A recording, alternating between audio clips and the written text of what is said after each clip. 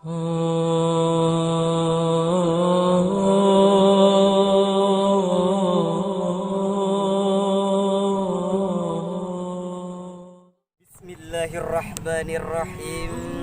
Assalamualaikum warahmatullahi wabarakatuh. Innal hamdalillah nahmaduhu wa nasta'inuhu wa nastaghfiruh wa na'udzu billahi min syururi anfusina wa min sayyiati a'malina. May yahdihillahu fala mudhillalah wa may yudlil fala hadiyalah. Allahumma salli wa nusallim wa barik ala habibina wa syafi'ina wa maulana Muhammad sallallahu alaihi wasallam wa ala alihi wa sahbihi ajma'in. Amma ba'd. Ma'asyiral muslimin rahimakumullah. Akhir-akhir ini masyarakat Indonesia tengah menghadapi pandemi virus corona. Berbagai macam kebijakan pemerintah telah diterapkan seperti work from home, physical distancing, serta pembatasan sosial berskala besar. Akibatnya, kegiatan sekolah di-online-kan, karyawan perusahaan dirumahkan, hingga agenda mudik dibatalkan. Lantas, bagaimana peran pemuda dalam memutus penyebaran virus corona ini? Apakah kita sebagai pemuda hanya bisa berpangku tangan dan tidak peduli? Apakah kita sebagai pemuda cukup dengan bermalas-malasan menghadapi pandemi ini? Apakah kita sebagai pemuda harus bangkit dan saling bersinergi? Angkat dari uraian tersebut, maka izinkanlah saya membawakan sebuah ceramah yang berjudul Peran Generasi Milenial Islam dalam Menghadapi Pandemi Corona. Ma'asyiral muslimin rahimakumullah. Syekh Mustafa Al-Ghulayaini, seorang pujangga Mesir, mengatakan, Inna fi yadi syabbanil amril ummah wa fi aqdamiha hayatuha. Sesungguhnya pada tangan-tangan pemudalah terdapat urusan umat, dan pada kaki-kaki merekalah terdapat kehidupan umat.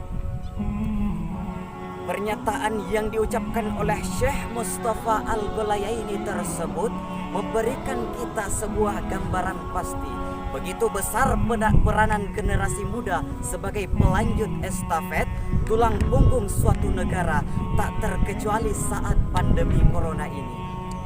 Setidaknya ada 3 hal yang harus dilakukan oleh generasi milenial dalam melawan penyebaran virus corona, yakni yang pertama, mematuhi kebijakan pemerintah serta fatwa ulama.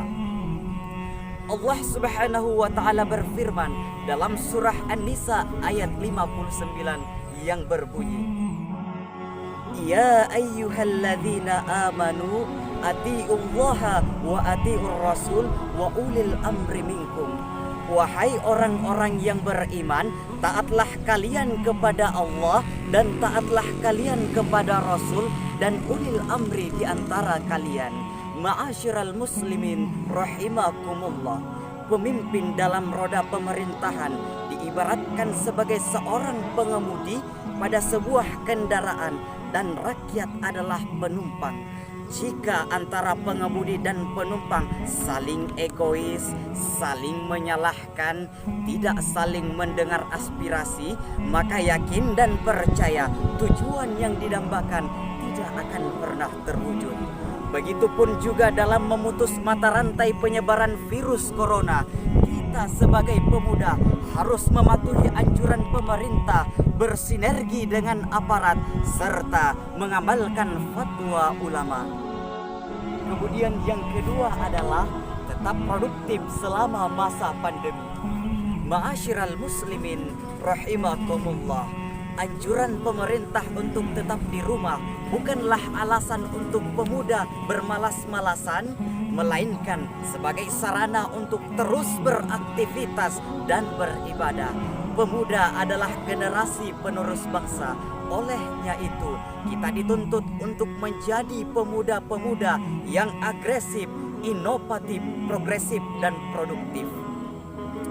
Sebab Sabbanul Iyaum Rijalul Qada, the young today is the leader tomorrow. Jika para pemuda giat bekerja, rajin berusaha, dan gemar beramal, artinya menuju masa depan yang cerah dan menjanjikan. Namun, jika para pemuda selama masa pandemi bermalas-malasan, malas bekerja, malas berusaha, dan tidak mau beramal, artinya menuju masa depan yang suram dan mengenaskan.